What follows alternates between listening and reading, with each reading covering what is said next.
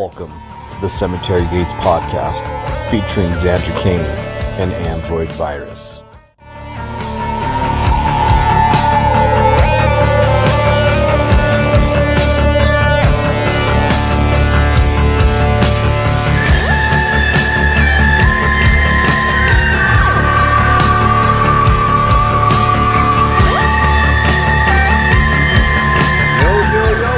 Back to the Cemetery Gates podcast.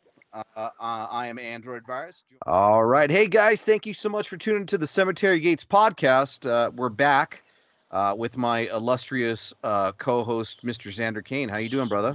Doing good, man. How you doing? I'm just getting pumped up for October. We got coming. Oh, dude, I don't know if I'm ready for this. See, I thought about, too, like, do you even... I always called you, like, do you even want to record a show before October?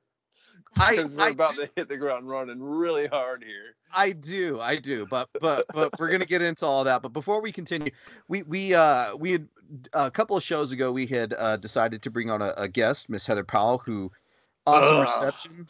Heather, I love Heather. Heather's great, and I'm recording I'm recording with her tomorrow night. But we decided again to bring on another female perspective guest, and this one.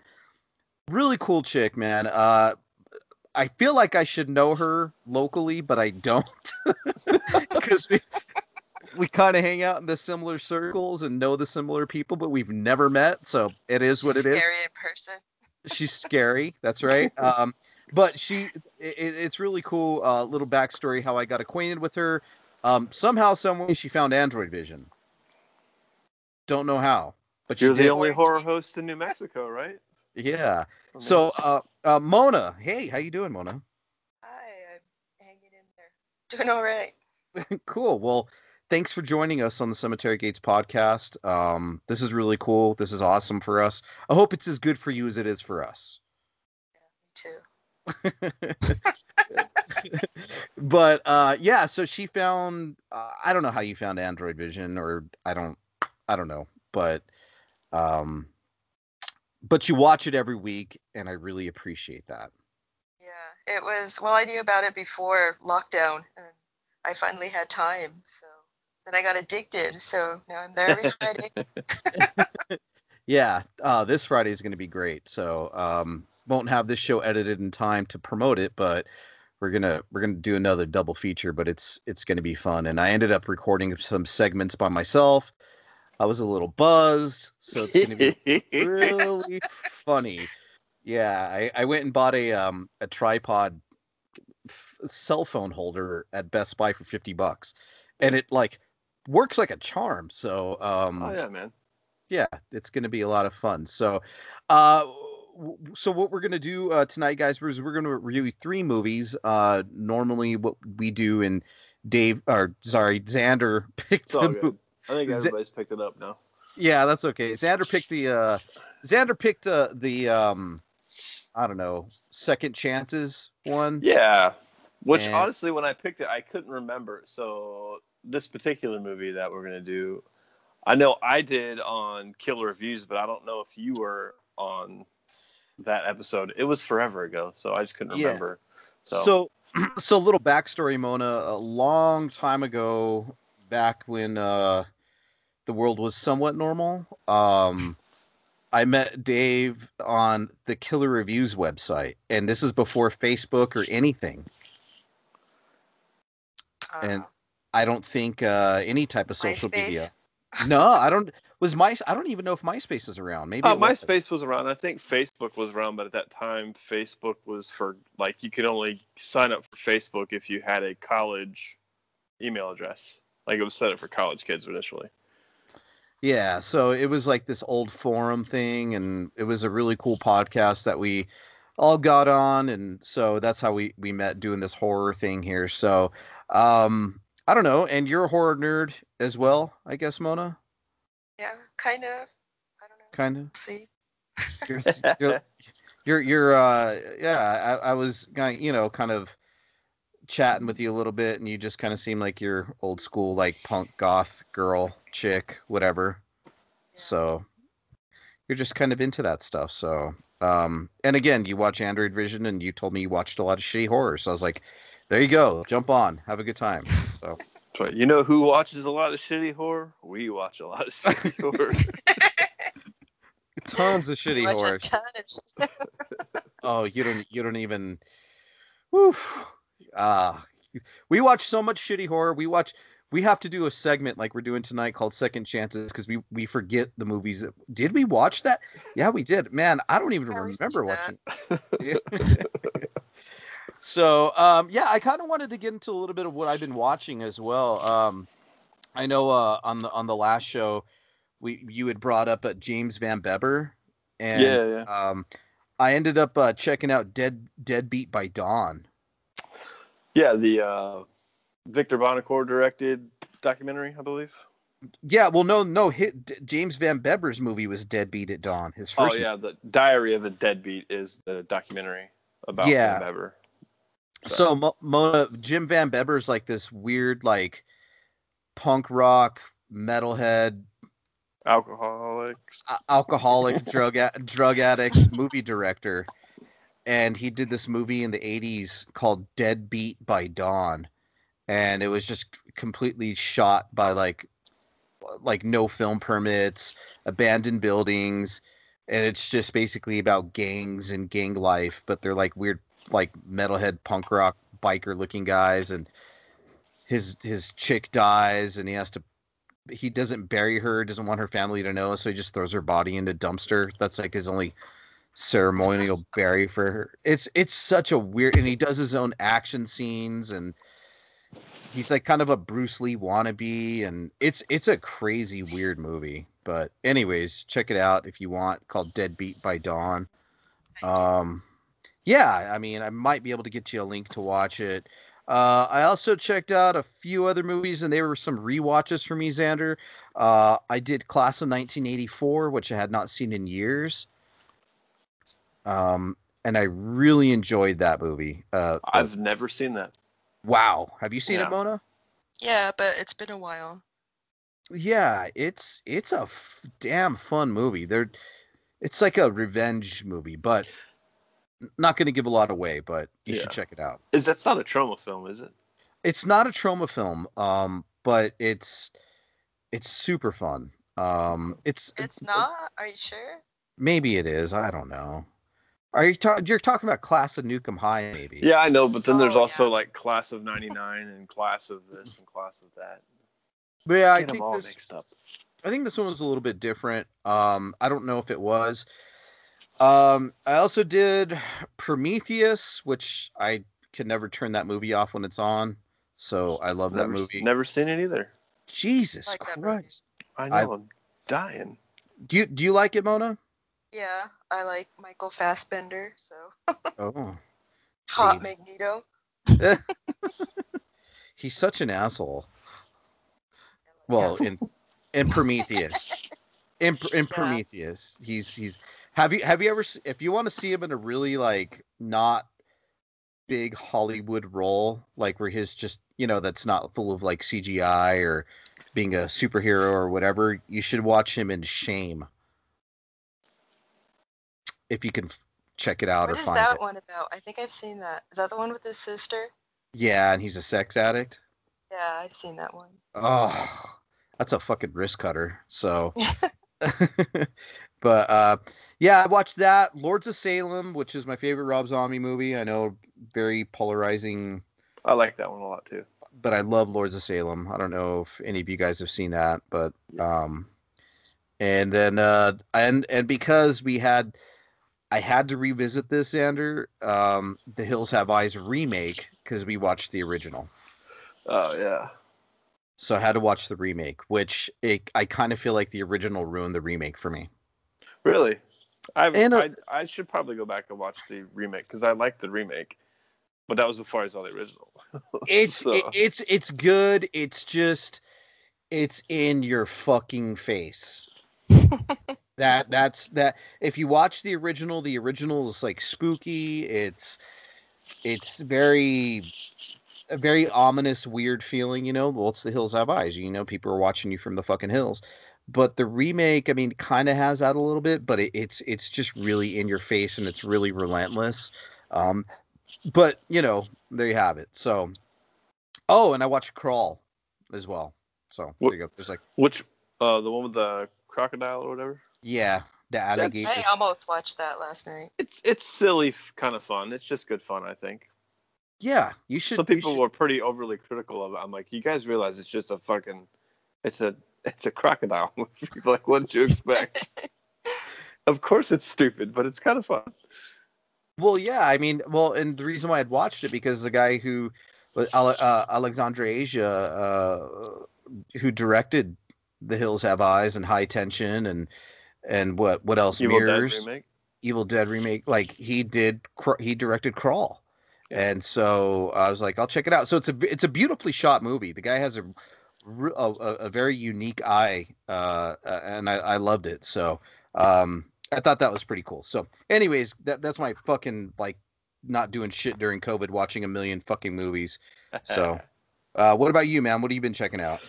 Oh man, this weekend was like catch up on all the low budget schmut that I bought on the interwebs.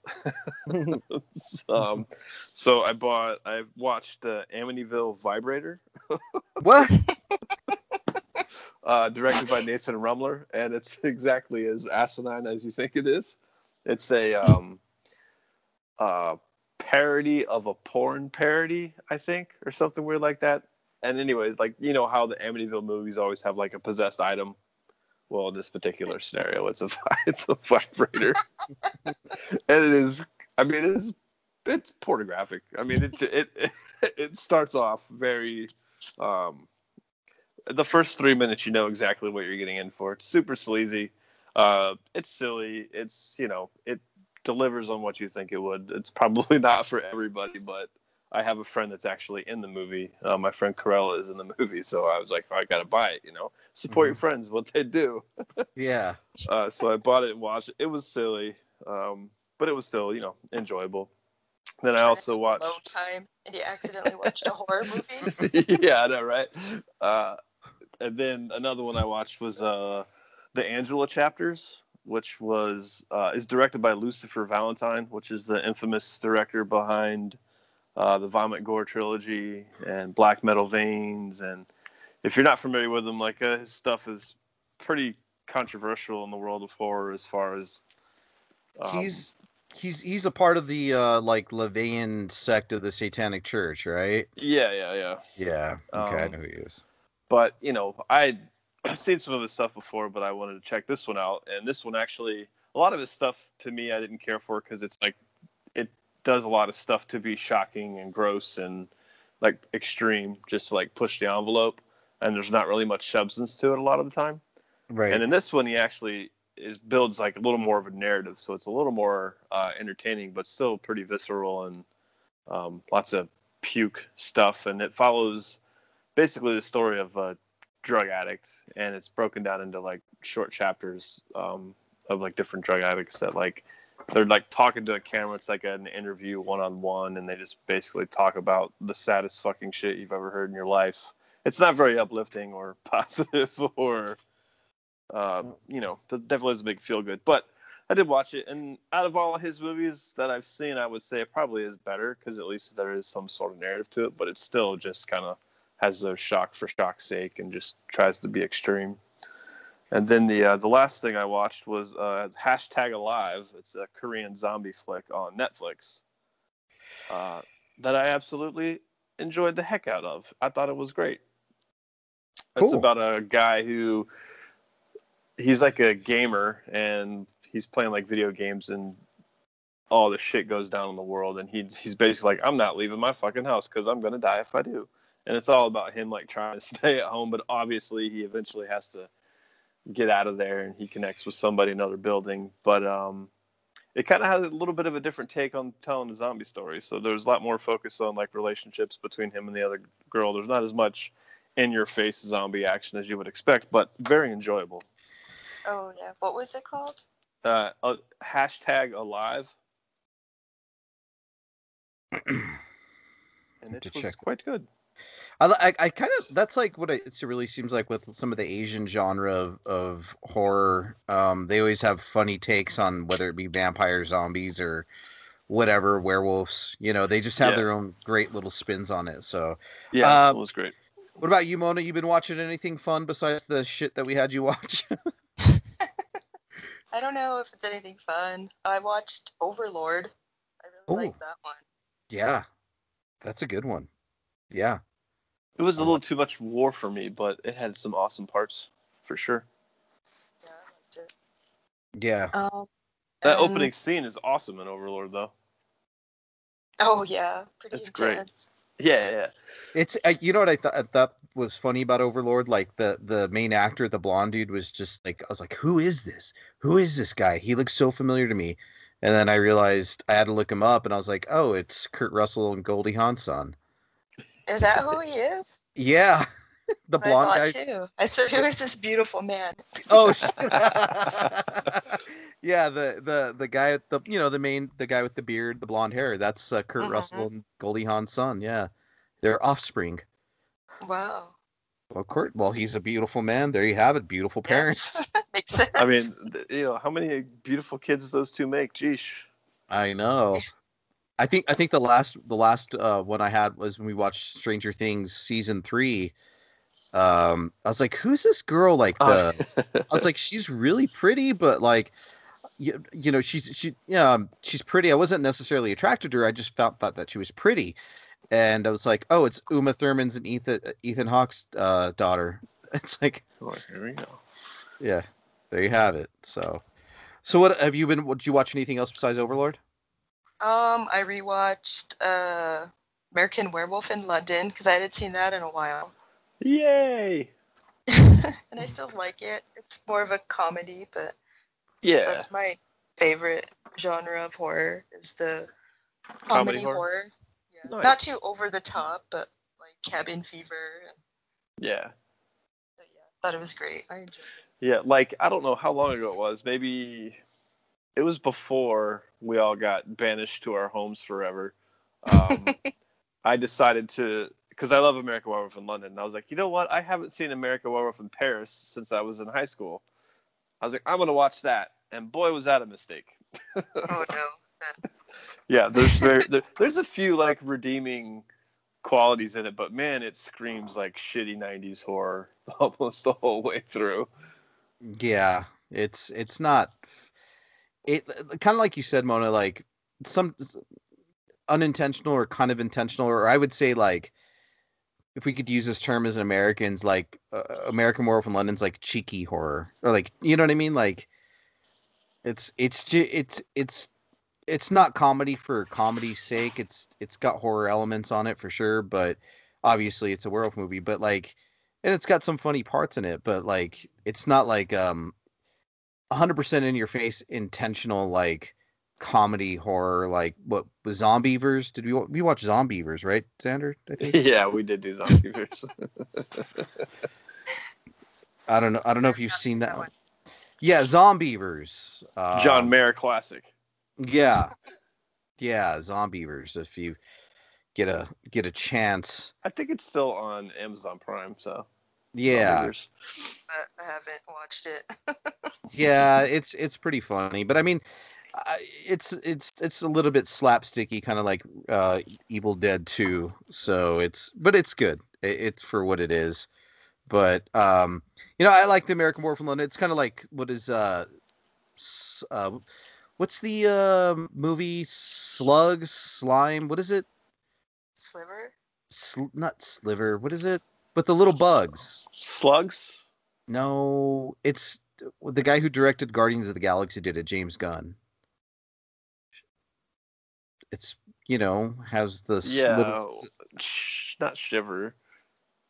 Oh, I'm gonna look it up. Is it Sliver? No, Sliver's the movie with Alec, or one of the Baldwin boys, and Sharon Stone. I'm gonna look it up because I'm that fucking dumb. Irritated by it. Slither. Oh, Sliver. Right. Liver, sliver, whatever. Slither with all the little bugs, the out of space creatures. So yeah, Slither's a good comedy one as well. So. Yeah, the comedies.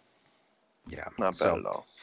All right, guys. So up for our next segment, we've been pussyfooting around it. What we do is and we'll let Mona know we're gonna do a second chances segment on this show where we kind of just give a movie that we've all watched before, but caveat to this one, I never watched it before. But I thought we did on Killer Reviews, but I couldn't remember. That's okay because it's fine. We can review it anyways. And I don't think Mona's ever seen it before or had ever seen it before, correct? Which? Lake Mungo. No, I have not seen it before. All right, cool. Well, she watched it. I watched it. You watched it. So this will be your second chances, our first time. So we're going to go ahead and play the intro and the trailer, and we'll be right back.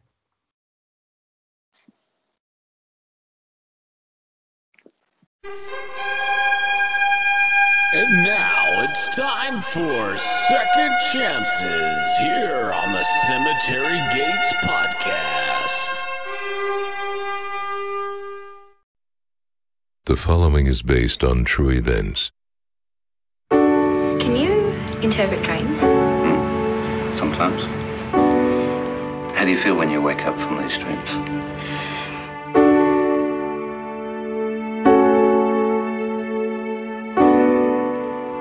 They scare me a bit. For Alice Palmer, underneath the hopes of a bright future were suspicions. I feel like something bad is going to happen to me. That death was near. You scared of dying? Yeah, of course I'm scared of dying. That was the last time that I saw her. I kept hearing noises in the hallway. It hasn't reached me yet, but it's on its way. I feel like I can't do anything. I think Ellie saw a ghost. I didn't have any rational explanation for who was in those photos. Something was happening inside that house and I wanted to find out what it was. There was a ghost in our house.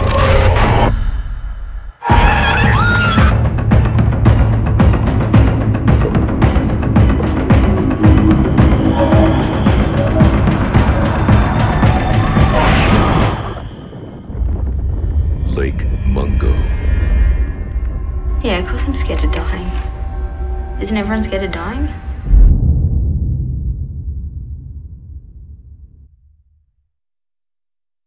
All right, guys, that was the trailer for Lake Mungo, 2008 horror / thriller film from Australia. And I guess it's a ghost movie? So this came out in 2008, Lake Mungo did, and it was a part of the After Dark 8 Films to Die For, which I wish they would bring back because I loved when they did the 8 Films to Die For. And this was one of them in 2008. This one actually caught the most buzz out of all of them, and it was the last one I saw of the 8 films. So, of course, my expectations were through the roof about this movie because everybody was like, it's the best one. It's so creepy, blah, blah, blah. I was like, all right, cool. So I got all excited to watch it, and I hated it. It is the only movie on IMDb that I rated a 1 out of 10. Whoa! I was so mad at this movie. So, like, not also did I have all the hype, but at that time, around 2008, we had a slew of found footage type movies coming out, right? And at that point, you're just sifting through tons of, like, if you're watching horror movies a lot and you're watching found footage subgenre, you are sifting through a bunch of found footage stuff, and there's just so much like garbage out there. And I think this maybe hit me at like a time that I combined all that together, and when I watched it, I think maybe that I didn't give it its fair chance, which was why I thought it was a good candidate for second chances. So I was like, you know what? I gotta, it's been a long time. It's been 12 years now since I've seen the dang movie, almost. Maybe I was wrong. Maybe I was completely wrong. So I wanted to give it a shot. And so the story as it goes is this family in Australia. Their daughter goes missing in the small town of Victoria or something like that in Australia. And the whole thing is shot like in a interview type scenario where someone is like interviewing their parents, and then they'll interview a friend, and then they'll show some like cell phone footage of the night the girl went missing, and it's just this like back and forth at the beginning for like a whole hour, and you don't really get much until the last 15 minutes, 20 minutes of the movie. It starts building up the story a little more solid of what happened that night. And the daughter like starts appearing in cell phone videos and other videos like after she's already dead.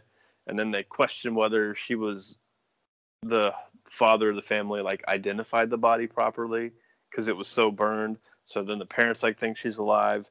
And it all leads up to this like great, pretty spooky moment at the end. And it does. When it gets there, it is creepy. When you get to the meat of what's there, it is super creepy. But for me, it was so boring, like, getting there. Like, everything was so dry. All the characters were so dry. And found it so hard to pay attention still. But I did definitely appreciate it a little bit more this time around, the last 15 minutes or so. Like, honestly, to me, it played off better.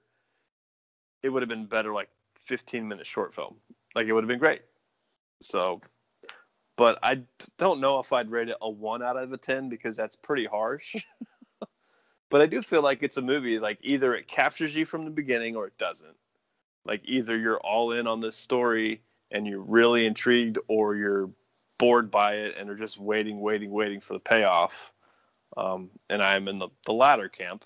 But it's still, people still talk about this movie and like think it's the greatest thing ever. And one of the top, you know, if you like found footage type films out there. And for me, there's not, you know, for me, for found footage subgenre, you got like Wreck, Cloverfield, Grave Encounters.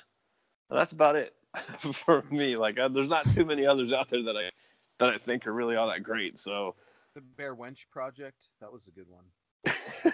Jim Wynorski for you. That would have added to my weekend of schmut. But yeah, so that in a nutshell. I still don't like Lake Mungo, so. Oh, okay. All right, you still didn't like it. All right. Still didn't like it. What about you, Mona? You watch this. Give us your honest opinion. Okay. I kind of liked it. I thought it was creepy as fuck. It creeped me the fuck out. For sure. At the end, like the last 15 minutes, man, you're like, ah. No, I liked it the whole movie. I want to be haunted by the ghost of my future dead self. I guess she drowned. She did go missing. I don't know. It really wasn't predictable to me. Like I thought it was gonna be. Like what the son did with the pictures and. Yeah. So I was like, okay, well that happened. What's gonna happen now? And some parts are ridiculous. Like he didn't have to go through all that just to get the body exhumed. Yeah. And yeah, they're like their matter-of-fact attitude, dry attitude. It's just, I thought it made it creepier. Yeah, and they're pretty isolated too out there. Yeah, it's like all this creepy shit's going on, and they're just like, yeah, whatever. That's just Australia. Yeah, and the mom breaking into houses and hanging out. They're like, yeah, she did that. That's mom. Yeah. Exactly. I thought I'd like to just get on with it. Get on with my life, go back to work, everything's good. Exactly. So, I liked it. Dude, that I feel you about the dryness there. But so what else did you have? Or if you did, sorry.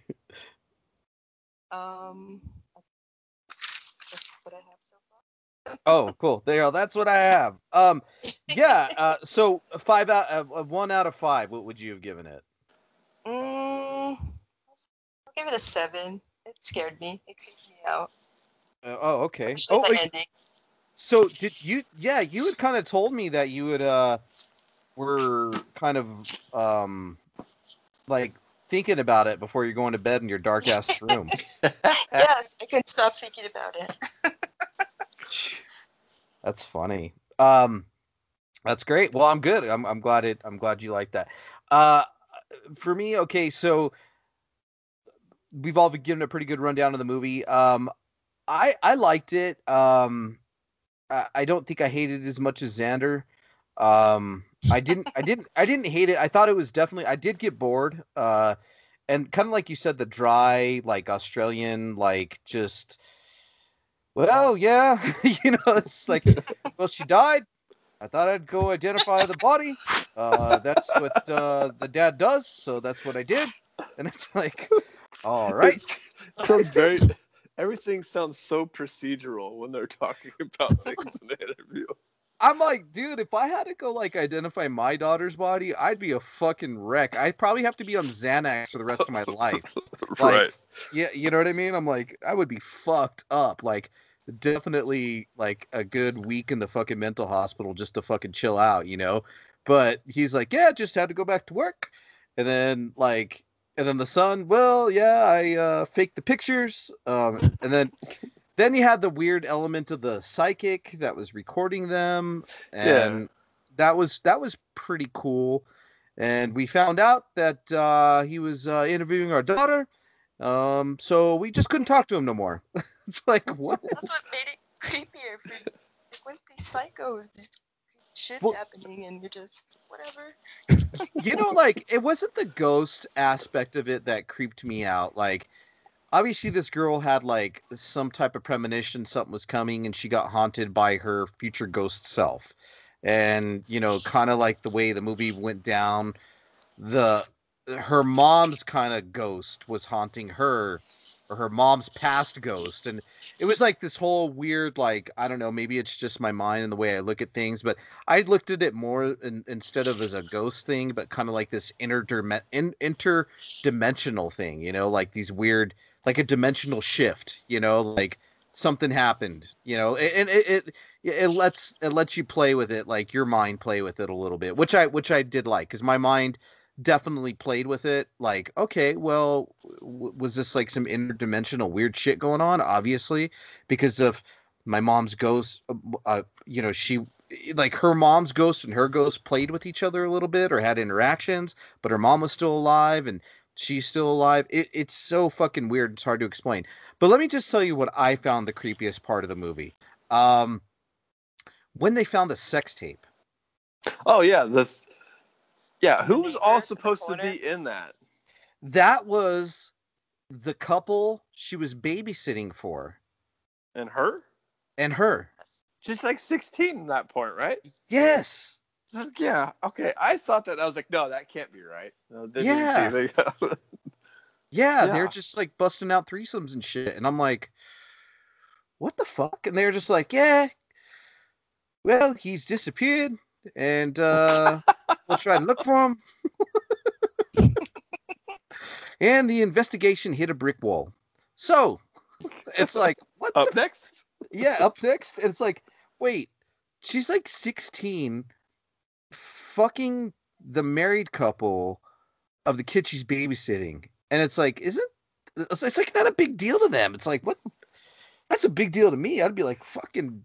Like, oh, well, you love who you love, and that's it. So, it was just like you said, Mona, like they're just their dryness, and they're just like, yeah. their candor, or just, I don't know what it was, but all in all, I mean, I thought that, the end definitely tied it up for me, where she was burying her shit, and she somehow knew she was going to die, and then she got a cell phone footage of her dead self, which resembled the drowned self of her, that her dad had to identify. And then I thought the end shot was really creepy, where, they were all moving on with their life, moving to another city, everything's going good, and they take a picture in front of the house, and you can, like, see her kind of white silhouette in the window of her room. And it just... Did you watch the rest of the credits? No! It's all the pictures the brother took, or the footage, but then they'll show fake her, and then her ghost really was somewhere else in the corner. So what? It's pretty creepy. Oh, yeah, I watched the credits. Oh, God damn it. Now I'm glad we had you on the show. I watch movies. Yeah. From start to finish. Don't go don't go one up on us on our own show. Well, she did. This is why this is brilliant, man. She's got notes. She watched the credits. We can't stand for this kind of professionalism. I know. Me and Xander are watching fucking these movies half drunk, trying to remember what. Oh man! So one time, what was we watched two movies that were so incredibly similar. Like the characters were similar, the plots were similar, and we apologized up front. And we're like, you know what? We're probably gonna mix these two up some point along the way because they are so close in subject matter. Even the names, Mona, they were Happy Hell Night and Hellmaster. Yeah. And they both had to do with watch them both. They're great. They're both good. Yeah, they're both really good, but they both have to do with like colleges and the devil and and now I'm even getting them confused again in my head. So but they're not the same movie. They're different. Happy Hell Night and Hellmaster. So write them down. You guys reviewed those ones, right? Yeah, we did. Yeah. Yeah, I think I listened to that episode. Oh, yeah, you're probably like, God damn, these guys are real professional. So, there it was, guys. Second chance. And that was Second Chances here on the Cemetery Gates podcast.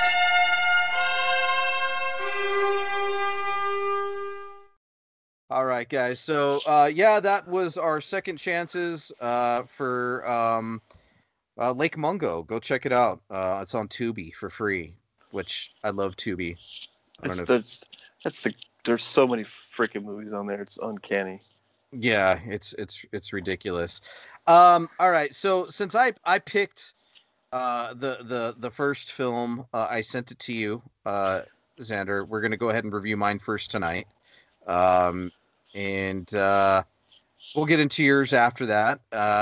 But 1995's Project Metal Beast, also known as DNA Overload, and also known as Metal Beast in the UK.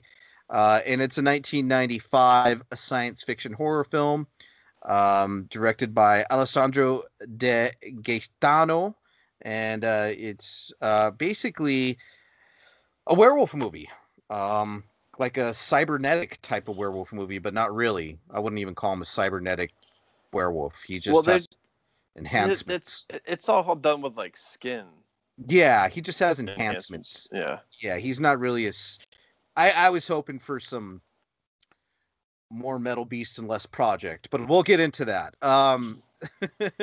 So basically this movie kind of starts out with it's like in the 70s. There's like a mission in a castle, and they there's a werewolf, and they shoot the werewolf. Like it's just this weird CIA operation to try to, I guess, do a super soldier type of thing. And they kill this. They encounter a werewolf in a castle, and they kill it, obviously with silver bullets. And they take some samples of its blood, and they take it back to Washington for investigation. And now, before I get into the story a little bit further, I was just want to let you guys know that the movie has Barry Bostwick in it. And Barry Bostwick and Kim Delaney. I mean, they both went on to have awesome TV careers. But Barry Bostwick is, he's the guy from the Rocky Horror Picture Show. Yeah, he's also the mayor in Spin City.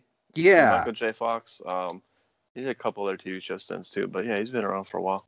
Yeah, he's Brad Majors in the Rocky Horror Picture Show. You know, Brad or whatever. I don't know. Are you familiar with the Rocky Horror Picture Show, Mona? Yeah. Yeah, so and he's also in Megaforce, a really good movie that I should watch on Android Vision sometime. But I digress.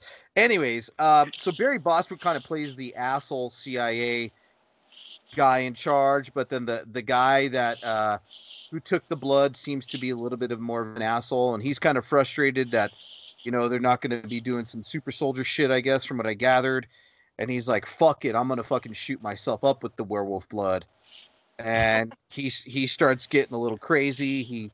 They're like, hey, don't do that. We don't think it's stable enough to create a super soldier. He's like, fuck that, I'm putting it in. I'm gonna be a new race of human. I'm a pioneer. He's like super happy, with that. So injects himself with the last of the blood directly, just fucking mainlines that shit. And unable to control his animalistic nature, he soonly starts going berserk. He rapes a chick there. She seemed pretty okay with it after, though. She wasn't too, she was a little nonchalant about it herself. But she knew it was him, though. It's not like he was. Yeah, it wasn't. And before transforming into the werewolf and killing off some other people in this facility, which are pretty much always cutaways. Like, yes.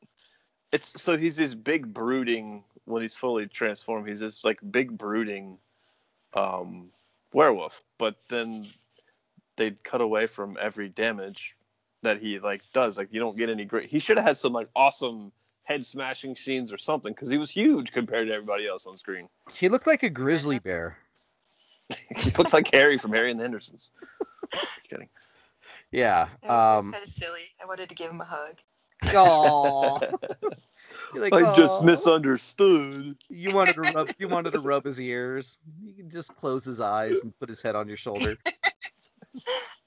So, so this werewolf, he gets some bullets in his chest, and Miller, the guy played by Barry Bostwick, orders all the witnesses murdered, and he hides the body, and he freezes it. And then here we are 20 years later, 1994. We have a group of scientists that are investigating, they're doing some skin replacement alternatives. And that's where we get Kim Delaney. She's great. I don't know if I've seen her in a million things. She was like in everything from like NYPD Blue, CSI, she's in a lot of stuff. I don't know. She's very recognizable. Did you guys recognize her? Yes, I did. I used to watch CSI and Y, so. All right. I did not. You didn't recognize her? Yeah, I think she was, man, she's in a lot of stuff. But what's really funny to me is like this super low budget movie had a couple of really high level actors in it. Who eventually were pretty successful. Yeah, and I feel despite the ridiculousness of this movie. Exactly, man. So Kim Delaney's this doctor. She's a leading scientist on skin replacement alternatives and synthesizing prosthetic skin with this metal on it, and they're having trouble stabilizing it because it turns into steel. And then they're working for Miller, this fucking asshole from the CIA, and he's like, well, he offers her a human corpse, and it's this guy, the guy that he froze, the beast. And a lot of dialogue back and forth, a lot of like, I feel, again, like I said, too much project, not enough beast. Yeah, it's very like military dialogue back and forth. Blah, blah, blah, blah, blah, blah. It's so incredibly boring and pointless. Yeah, it's like what? It's over explained from both sides when they're having debates. Like, you're like, okay. And I had a hard time sitting through it. Oof, yeah, it's pretty bad. Thank you. You're not the only one. Thank you. You're a trooper. We appreciate you. You suffered through it. So yeah, they're having a hard time. They're doing surgery on this guy, and they pull the 3 bullets out of his heart, and the fucker starts to transform on the table, and they somehow stabilize him from not doing it. He breaks out, and this guy's keeping secrets from them. Who is this guy? Who is it not? So it kind of turns into this whole weird CIA secret thing. And Miller kind of like says, "Fuck it, dude. We're gonna just do this. We're gonna turn you into a werewolf with some fucking metal parts on you." So that's what happens. A lot of running around back and forth, killing. There's some good killings in it, but who is the actual metal beast? Is it Miller, the CAA guy, or the werewolf? You don't know. I don't know. That's who is the actual monster of the film. So there's only like 6 to 9 deaths in this movie, but I do want to like kind of give a little bit of credit to, because he gets kind of half transformed through the movie, and that's pretty cool looking, I thought. I mean, it is rubbery looking, don't get me wrong, but it was okay looking. No, I didn't have a huge problem with the way the werewolf looked. I just thought it never was used properly. Yeah. I liked it when he was in his full form. Now, when he's in his full form, the metal beast is played by Mr. Kane Hodder, who is Jason Voorhees of Jason Voorhees fame. So there you have it. So Jason Voorhees as the metal beast. And so I found it okay. I mean, I'll just kind of, I don't want to give too much away of the movie. People can watch it themselves if you could painstakingly watch this movie. It's very fucking slow. But I will say a really funny part of this film is somehow, some way, they got some metal-tipped bazooka rockets with silver. Well, he melts down some trophies or some shit. Yeah. And like it's actually kind of funny when he's sitting there, he's melting down this metal, and I think Kim Delaney comes in and asks about it, and she's like, "Do you really think that'll work?" And he's like, "Well, I hope it will. It's all I got." Yeah. It's well acted by the people who went on to be good actors, but not by the other actors. Yeah. So, so really, I mean, they shoot the metal beast in the leg, and he's cool, man. He's like kind of, his claws are cool. He looks cool. I think, I think he would make it. I think, what? Tell me. Go ahead. Tell me what you think, Mona. Yeah. What did you think of, what did you think of how he looked? Like I said, I thought he was cute. Nice, cute, fluffy werewolf. No, I thought he was cool. He was huge, but yeah, he didn't show him do anything. So.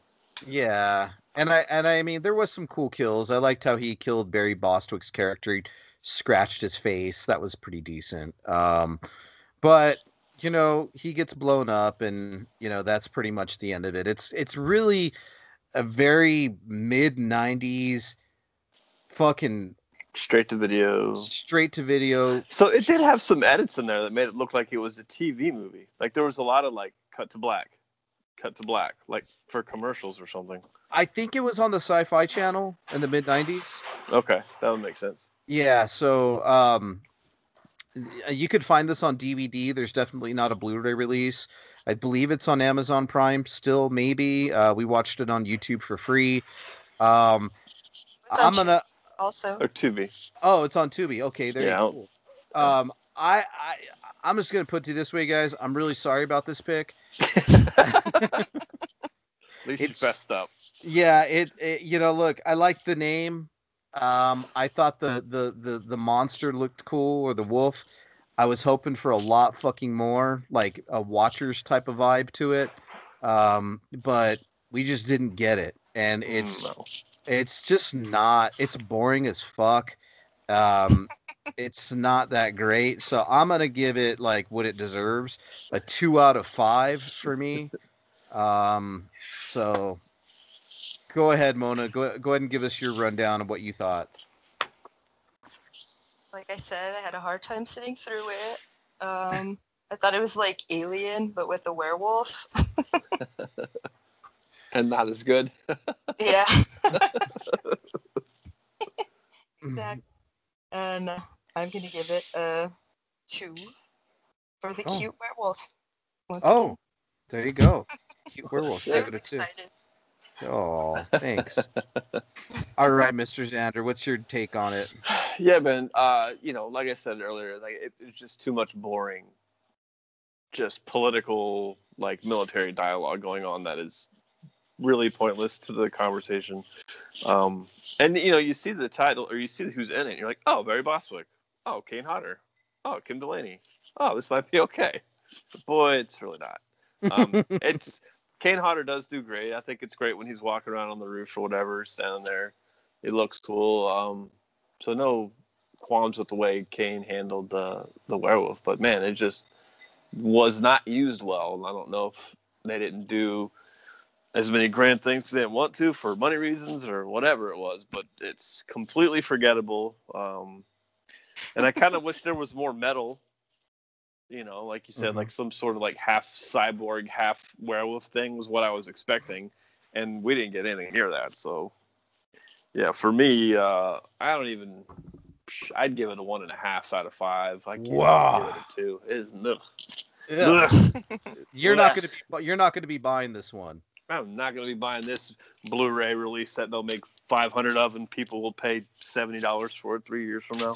Yeah, Mr. Xander Kane is a collector of the physical medium, cinema. So, I only collect high-class films like Amityville Vibrator. Yeah.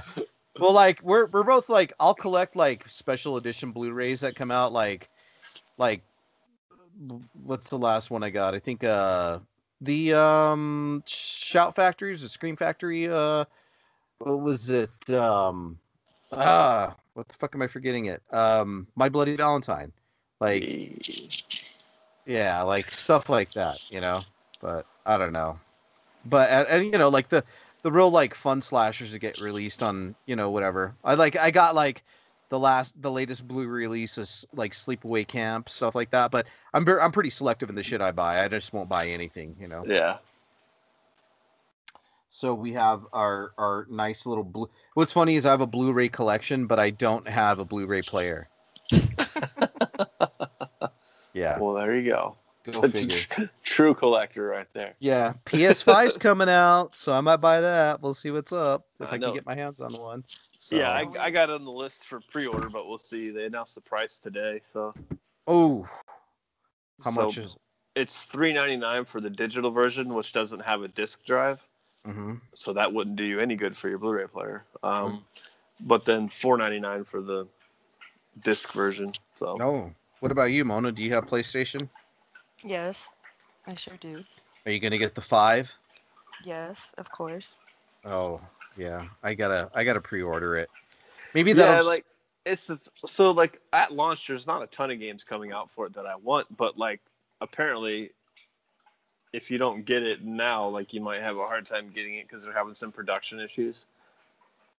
So like if you don't get it now, you might not get it till next year or early next year. I mean, in the grand scheme of things, that's not that long to wait, but maybe I'll pre-order it for Christmas, and that'll be like my twins' gift for Christmas. Yeah, and their birthday. Pretty content with PS4 right now. Oh yeah, for sure. And 3. Oh, nice. I still have my 3 too. I don't have the. I haven't. My life ended when we had the twins. So I stopped playing games or doing anything. It's like, nope, you're a full-time dad now. Well, I mean, I was always a full-time dad, but with the twins, I was like, no more video games for me. Fun's over. So, but at least I can podcast now. Yeah. It's all right. I will say this, like I can tell you, like when my wife was pregnant with my daughter, like at 8 months, my daughter in the belly. My wife had never seen Gwar before, so I took her to see Gwar. And so, hence, why is my daughter probably the way she is now? Because she saw Gwar while she was 8 months pregnant. Gwar played her out of the womb. Yeah. Wife's like, what the fuck? I went to go. Go ahead. Oh, I went to go see Dio pregnant. Nice. There you go. That's awesome. Well, with the twins, we saw Queensryche and Judas Priest. Nice. Which iteration of Queensryche? The old one. The old one.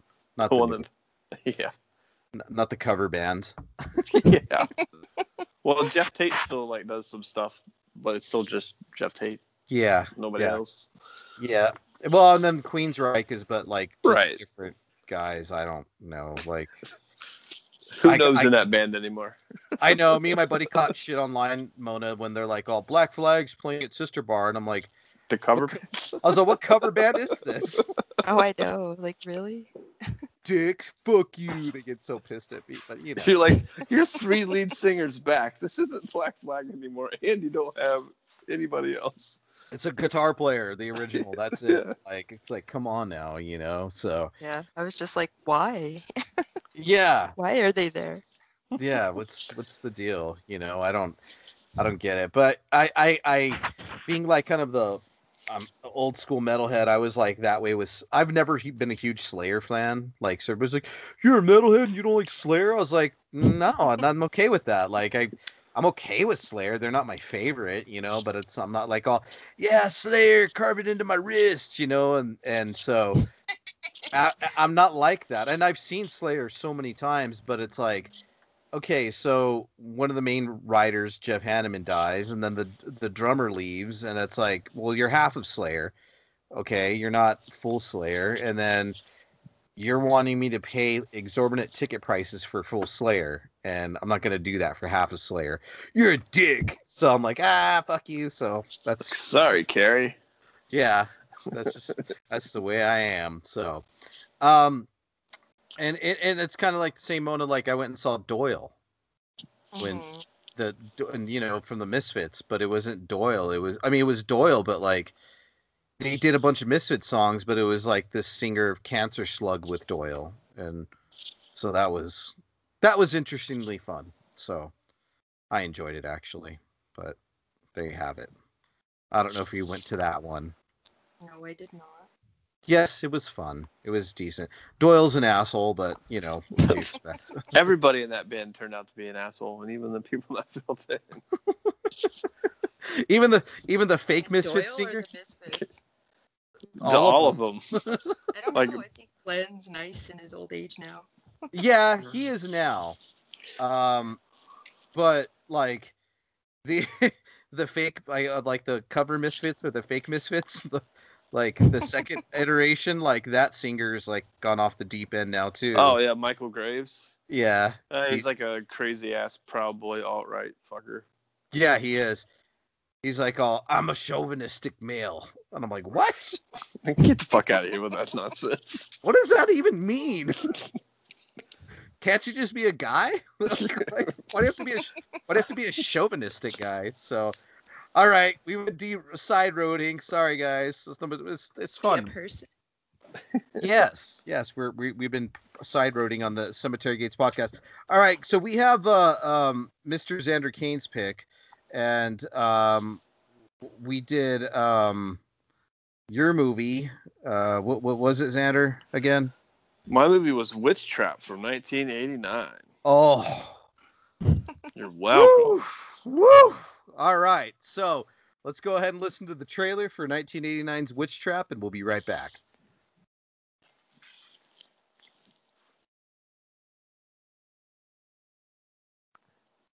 All right, guys, that was the trailer for WitchTrap, and before we start, I just want to say thank you for this pick, Mr. Xander Kane. You're welcome. I figure we haven't done a Kevin.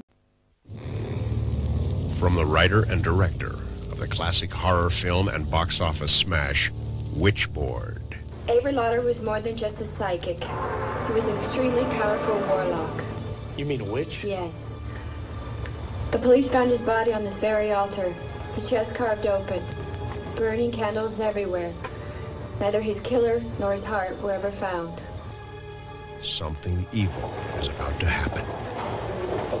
Ginger, I have a bad feeling about this one. Don't worry about it. It'll be fine. And nothing that exists in this world can stop it.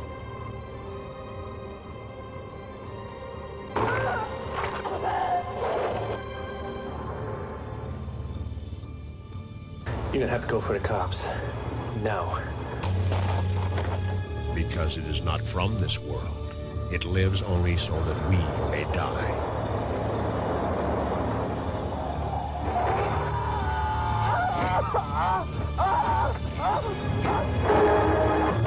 It thrives on human fear.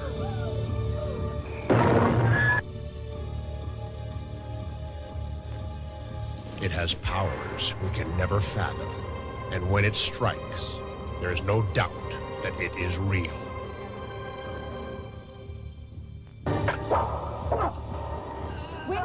out of it! Oh no! Oh no! You can't stop him! He'll rise from the ashes like a phoenix to destroy you! Yeah! Ever heard of that one? Fear him. Obey him. Worship him. He is among us, and he has the powers of hell on earth. What happened? Is it over? Yeah. I tracked him with me. Looks like Dr. Goldberg was right after all, huh? No! It's not gonna hold him. You are about to be caught in a witch trap. Come in. There's already someone inside.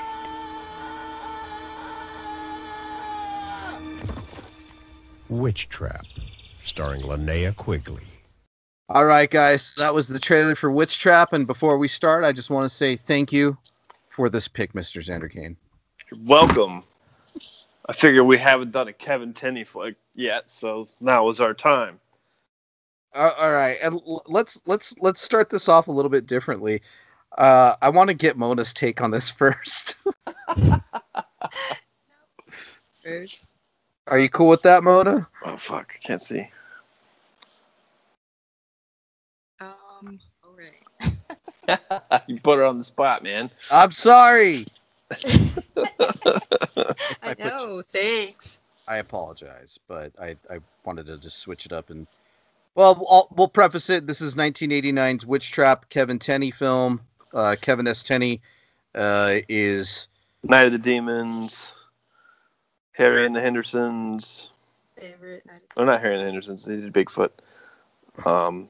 Pinocchio's Revenge, Arrival 2. He likes to make a lot of sequels. Yeah, and he does like the Witchboard movies and just so much shit. But yeah, so yeah, WitchTrap, Witchboard, Witchboard 2, Witchboard 2, Witchboard 3, I think. I don't know. All right, let us know. Go ahead. Let us know what you think about this one, Mona. See, I liked it. I thought it was funny. Demons. It's one of my favorite movies, so I was excited for this one. It should be called The Worst Paranormal Investigation Team Ever. Absolutely. I do not disagree. First time seeing death by showerhead. Mm-hmm. That is a blunt smacking that she received with the showerhead. Well, yeah. And that was Trash from Linnea Quigley. Linnea Quigley from Return of the Living Dead. You need a slutty naked girl, get her? Yeah, just let's get you and have you in 10 minutes of the movie and throw you on the cover. How about that? And done. And done. Yep. Have a good day. All right, go ahead. Sorry, Mona. It's okay. Go ahead. Oh, no. So, yeah, I don't know, man. Xander, you pick it up. This is your pick, brother. Yeah, so the whole story here on WitchTrap is Kevin Tenney's actually in this movie, by the way. So he gets together a ghost team because he has a house that is haunted by a warlock, technically. And he wants to turn it into a bed and breakfast, but he sent a guy there that was a famous magician, and he wound up dying. And so Kevin Tenney's trying to get damage control in there and trying to see if he can actually get this thing where he can make some money. So he sends some paranormal investigators and some former cops, I guess they're private investigators, to go as security for them in case, the ghost comes up. I don't know what security's going to do against a fucking ghost, right? That seemed kind of silly to begin with. Because Kevin Tenney's like, oh, I do believe it. I know it sounds silly, but he's in there. All right. So they all go to the house and, do what they're told to be doing. So the Linnea Quigley that we talked about earlier gets killed in the shower, but there's also a cop that's madly in love with her, chasing her around the mansion. She's like, will somebody help me get all the equipment? He's like, I'll go. like jumps right at the chance to go see her. Which I love that guy. His character's hilarious. He's just like, I'm just gonna say it, like, they obviously post production their voices in, you know. I mean, it was pretty clear that the voiceovers were just done post production, and that guy, man. Well, I'll be a son of a bitch. Like, dude, I don't. How many?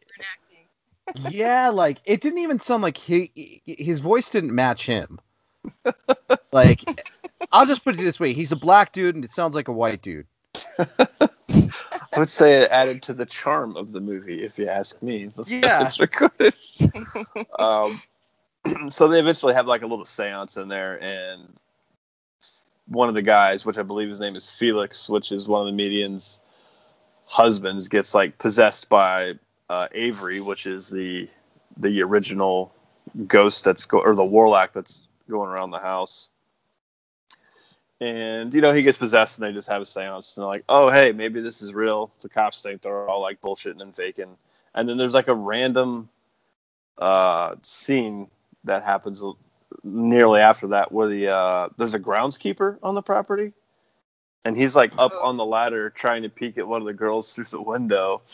And the cop catches him. And he's like, hey, what does he say? He's like, hey, you know that'll hurt you, or he says some weird. Hey, you know, he goes, hey, you know you're gonna go blind doing that. Right. I was like, what? Look, I was like, he's not masturbating on the ladder. And so the dude just turns around and jumps off the ladder like it's a goddamn top rope at a WWE match on top of the cop. And then it just ends the scene. That's it. It's like he just turns around, jumps, lands on the cop, and cut scene. That's it. I found that I laughed so hard at that scene. I was like, oh my God. He's in Night of the Demons. Is he? Yeah. Oh, yeah. Yeah. I didn't even realize that until you just said that.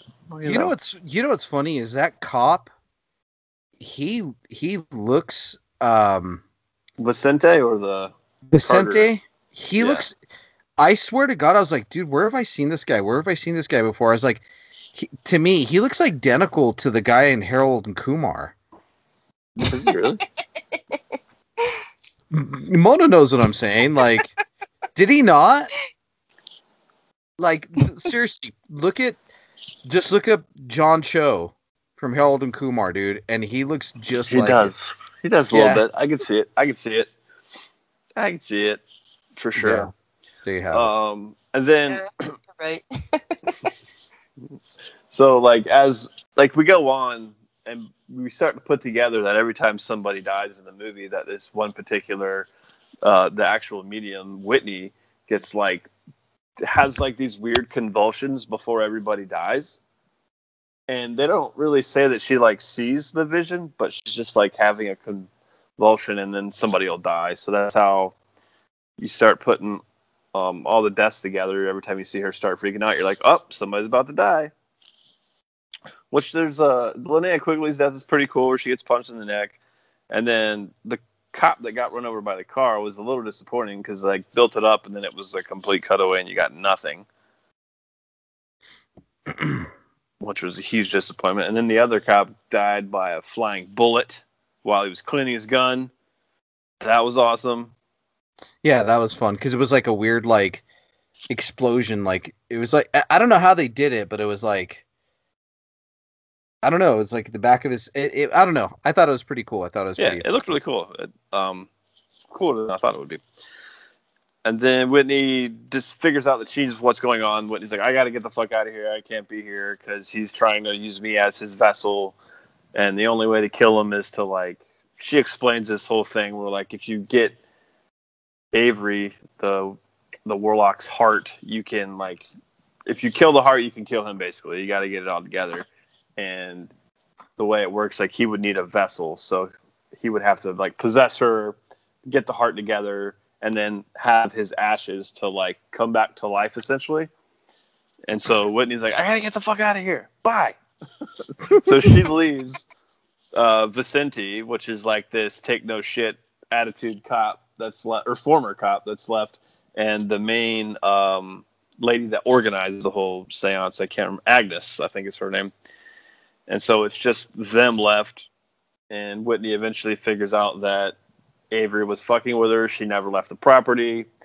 She comes back to the house. The Agnes lady gets an axe in the head when Avery shows up to, try to get his ashes and his heart back together because Whitney's there again. So he wants to do the whole thing. So Agnes dies, and then it's the showdown between Vicente and Avery as he tries to figure out how to. He starts shooting him with a gun, and obviously nothing fucking happens. And then Vicente's like, "Oh yeah, baby, I should shoot that fucking heart in the box over there." Yeah. I don't believe in nothing, Vicente. That guy. I feel very sorry for you. Like I admit, one-liners and insults. Oh my god, dude. Go ahead, Anderson. Yeah, we'll talk about this. So if you don't want this spoiled for you, I'm just gonna tell you to maybe turn it off for the next couple of minutes, because this movie has a pretty great ending that I absolutely find completely ridiculous, but I actually really enjoy as well. So once Vicente shoots the heart in the little pentagram box or whatever, Avery starts to melt, which is actually pretty cool. Like his face starts drooping down, and then they really just kind of focus on his arm and his hand and like a pile of ooze just like building up on the floor. And then all of a sudden the hand comes up and starts peeling like the melted plastic away off the face. And lo and behold, it's fucking Whitney underneath it that he had like already started to be possessed because he drank his ashes earlier. And so he had already taken her as a vessel, but he, wrapped his skin over her skin, which I thought was a really cool idea. Did it look as cool as I would hope? Not necessarily, but I think for the time that it actually was pretty cool. Like nowadays, they would make it look way more realistic and it would be kind of badass. But I thought it looked pretty cool. It had like this weird like porcelain doll kind of face on it. And so they peel away and Whitney gets out there and they drive away. Her and Vicente drive away and I don't know, maybe they get together. I don't know. There's some weird sexual tension there throughout the whole movie. Right. I don't know. Sorry to spoil your wonderful ending, but isn't that what they did on Nightmare on Elm Street 2? The ending? Did they? Yeah, the guy. Oh, so there's lots of Freddy, the guy came out. Peeled the face off. There's like 3 Nightmare on Elm Streets, like the shower thing. I think is kind of a nod to Nightmare on Elm Street, and then like the hands through the door that were all like through the door or wall or whatever. Like that's also like a little. So there's a lot of like Nightmare on Elm Street love in this movie, apparently. Now that we think about it, yeah, that's pretty cool. Yeah, I think I texted Mona one line while I was watching this. There's a lot of great quotes in this movie. I mean, a lot. Because that's my new one. What's your new one? Neanderfuck. What do you say? Because right now I'm willing to swing a dead chicken over my head and howl at the goddamn moon. Yeah, that one's pretty great. Like there's so fucking many. Like he's maybe like your parents aren't really first cousins. Oh yeah. That's what I was just gonna say. Hey, yeah, maybe our parents really aren't first cousins. Like I'm like, wait, what? Yeah, like. Who wrote? Yeah, who the fuck wrote? Did he write this? Kevin Tenney did, yeah. Jesus, dude. I mean it. I will say I've seen this movie a while back. Actually, I had it on an Android Vision. I think like last season.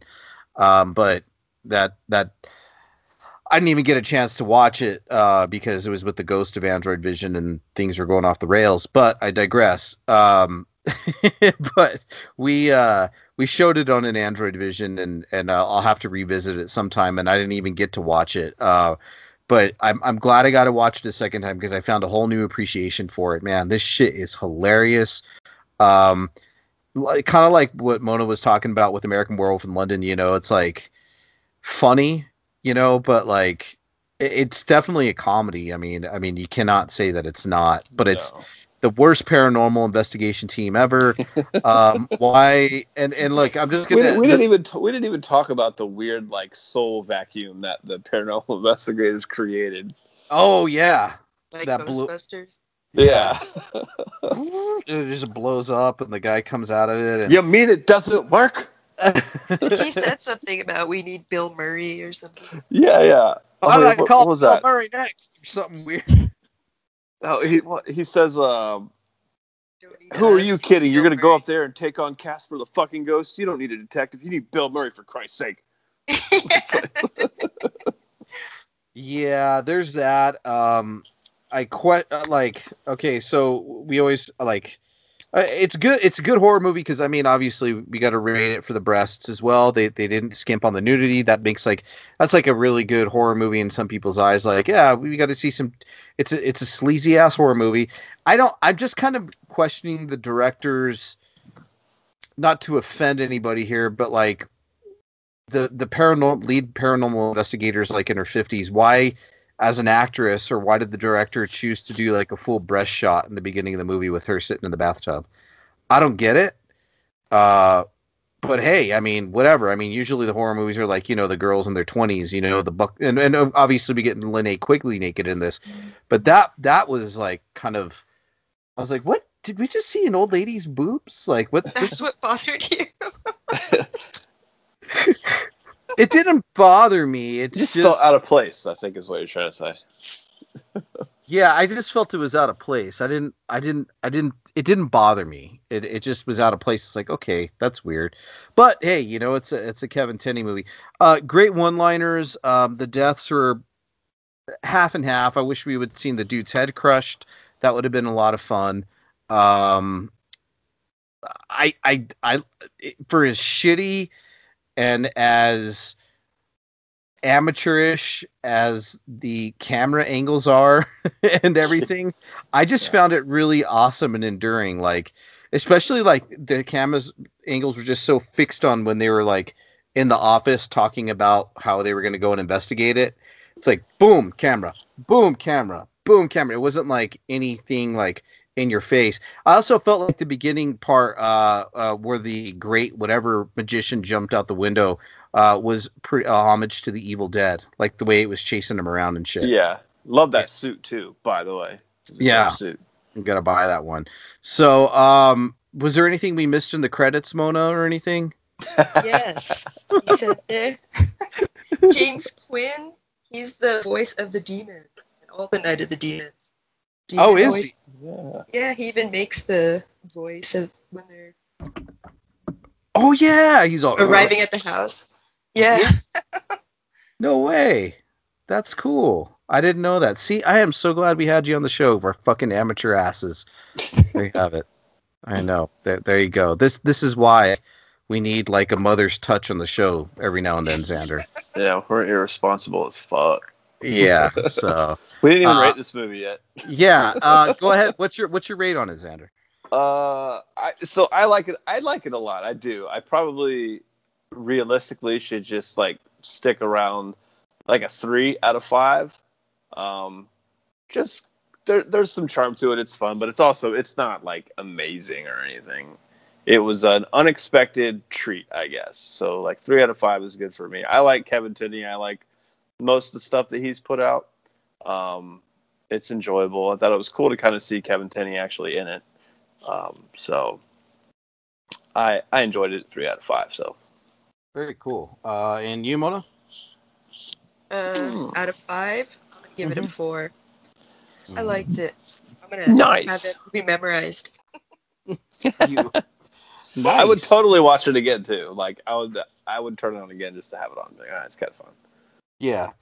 I'm gonna go with you, Mona. I'm gonna give it a 4 out of 5. I really fucking enjoyed this movie. It's kind of up there, but not as batshit crazy for me as Night Killer. We'll have to talk about Night Killer maybe after we're done recording here, but yeah, I really enjoyed this movie. Again, I kind of loosely saw it a little bit some time ago.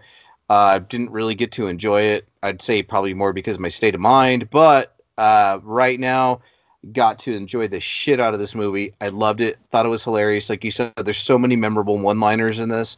Neanderfuck is a good one. Yeah. Oh, we didn't bring up the silly parts of the cameras where the warlock Avery, the warlock, comes like prancing into scene in front of like the VHS cameras that got set up. Like he comes prancing through the fucking doorway. Like he gets closer to the camera and he's like, "Oh shit!" He like turns around and runs away from the camera. You're like, "What the fuck is this?" And no one ever checks the camera. No, they never talk about it. It's so stupid.